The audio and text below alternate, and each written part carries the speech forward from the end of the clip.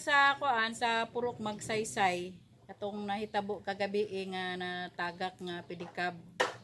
Yan ay kuan ay sakay nga upat ka tao, apil ang driver.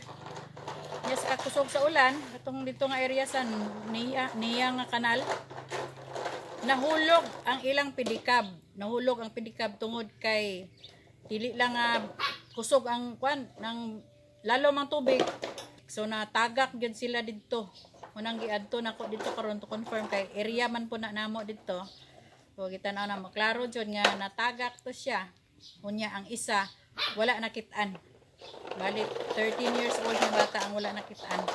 Ang na ano lang rescue lang katong tulo isa ka driver og ang duha ka dalaga. So mura na ang kuan dito. Mura na ang balita nga akong naibalaan karon buntag. Mao ni diretong area nga nahulog ang pedicab kagabi nga naay upat ka sakay apil ang driver. Niya ni siya diri sa Purok Magsaysay. Kilid sa kuan, kilid sa kasada. Area ni pod sa amo ang igsoon diri.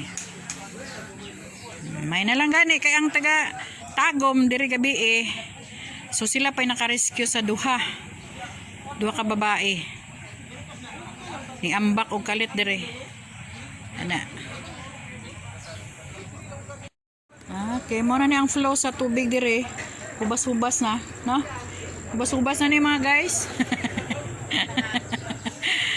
Kagabi asad abot ang tubig. Abot pa diri sa tulay jud. Na tanawa. Kagabi abot yun sa tulay ang tubig. Gilaliman ka unsa ka lawom. Imtang ron karot nga pakma diri daghan pag tao. Nakibalita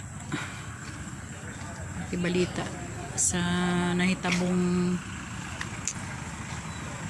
disgrasya diring dapita napamanggani ang emergency nga sakyanan sa ato ang munisipyo sa Santo Tomas. Siya dapit di ang side diya dyan nasulod itong nataglaan railing sakyanan kalian.